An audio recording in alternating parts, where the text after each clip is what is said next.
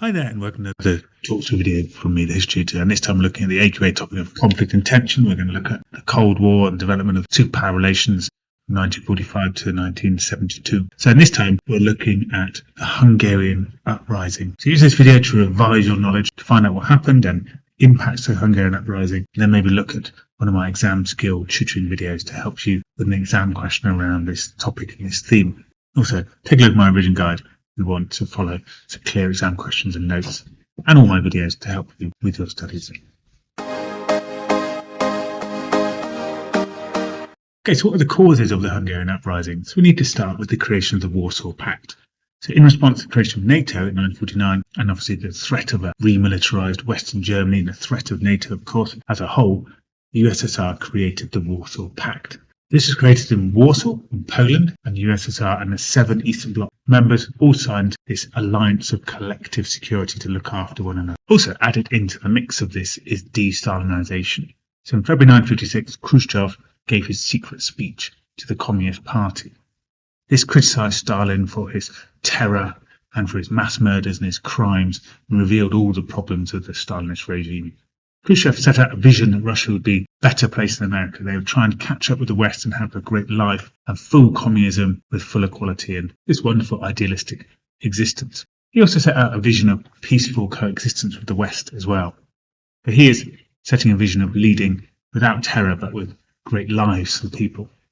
The impact of de-Stalinisation, though, is maybe different to what Khrushchev expected. Many people liked his speech. The leaders in the Eastern Bloc who owed their rule to the power of Stalin and were much Stalinistic leaders, they were coming under threat from people who wanted more freedom, wanted to follow the ideas of Khrushchev in their Eastern Bloc countries. So in Hungary, this led to student protests against Rákosi, the Stalinist leader of Hungary. Also, problems developed in Poland. So in June 1956, strikes by Polish workers in Poznan led to the Soviets appointing Gomulka as their new leader. He introduced Polish freedom and better conditions for Polish workers, so it's a more of a freedom-based communist regime. There was no full democracy there, but people felt like they had a bit more freedom. In Hungary, inspired by the Polish votes, protesters called for Rákosi to be sacked. He was replaced by Zsiro. He was seen as a bit more of a socialist leader rather than a Stalinist leader. But protests continued to grow.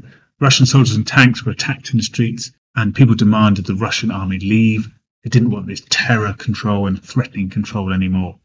Russian soldiers fired on some of the protesters in the chaos, and Zsiro was removed and replaced by Imre Nagy. He was definitely seen as a much more liberal socialist, obviously a communist still, but a liberal socialist communist. So Nagy started to call for calm, and his reforms began. He made a new government with a mix of socialists and communists. With peace restored by Nagy, he managed to get the Russian tanks and soldiers to leave Budapest in October 1956. Then on the 1st of November, Nagy announced that Hungary would leave the Warsaw Pact and become an independent communist nation, a bit like maybe Tito's Yugoslavia. However, on the 4th of November, Khrushchev was not accepting this, so he sent in the tanks into Budapest to crush what he saw as an uprising, and Nagy was removed from power and executed.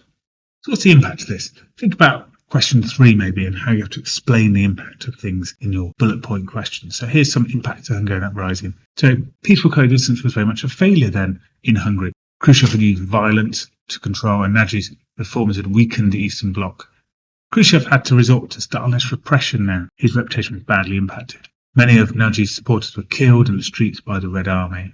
You could also reference how the Red Army perhaps upset. They were told they were dealing with real protesters, when in fact they were dealing with quite peaceful people. Communist hardliner Kadar was placed in charge of Hungary, so got this reduction even more of Khrushchev's ideas of freedom and more liberal communism.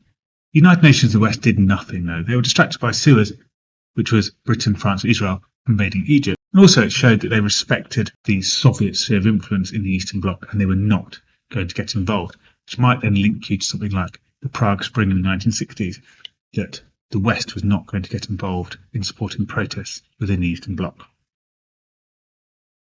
Okay, well I hope you found that useful and you revised your skills, and if you did, then do subscribe to my channel. Loads more videos there talking you through the content and also tutoring videos helping you with the skills. And do take a look at my revision guide, packed full of revision notes, revision videos and tutoring videos to help you get top skills in your exams. Right, hope to see you again soon.